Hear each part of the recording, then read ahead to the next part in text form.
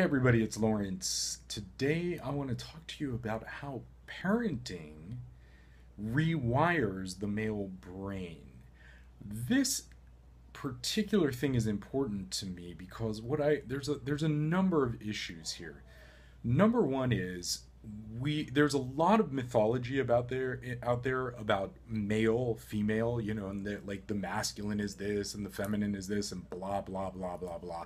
I do my best to try to destroy all of those myths because honestly, some of the worst teaching around sexuality and spirituality in general is around the masculine and feminine, really just completely outdated. And I think what's so beautiful is this study, which is a recent study, shows it was done in Israel, and it shows that the human brain is wired to be nurturing and can actually shift into this profound caregiver role if children are present and the need arises.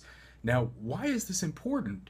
This is important because what this means is that you have the capability, whether you are in a male form or a female form, or whether you identify male, female, or non-sexual, whatever your story is, you actually have the ability to turn on, to awaken in you that kind of nurturing, listening, feeling, receptivity, awareness that is part and parcel to being able to raise little human beings.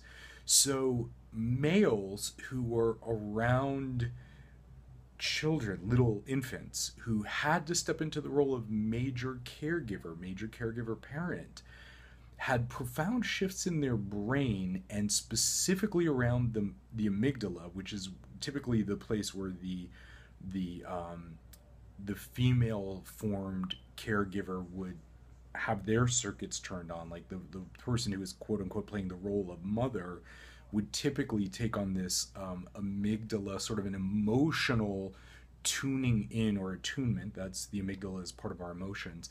But it turns out that has nothing to do with sex or form, but that the act of being human has the ability for us to turn on these awakened emotional sensing.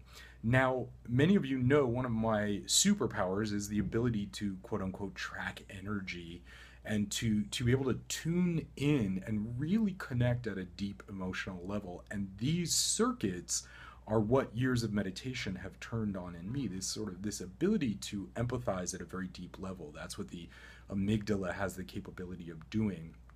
And it turns out that it doesn't matter what your form is, that we as humans have the ability to connect at emotional, deep, vulnerable levels.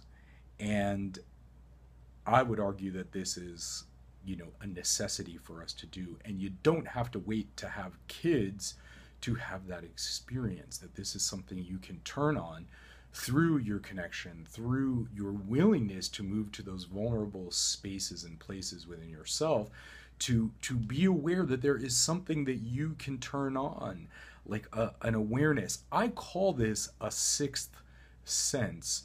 And I guess that fits since I do teach ESP. But that sixth sense would be this kind of emotional listening or other sensory global listening that allows me to really tap into an individual and empathize at such a deep level that there is this sense of unity and oneness. So that's all I have for you today. I hope you have a beautiful day. And I invite you to turn on and begin to think about awakening. How can you awaken that part of yourself which has the ability to be deeply receptive, and connected, and have that not be dependent on the form that you are in? Because honestly, it's kind of irrelevant. Until the next time, this is Lawrence. I'll see you soon.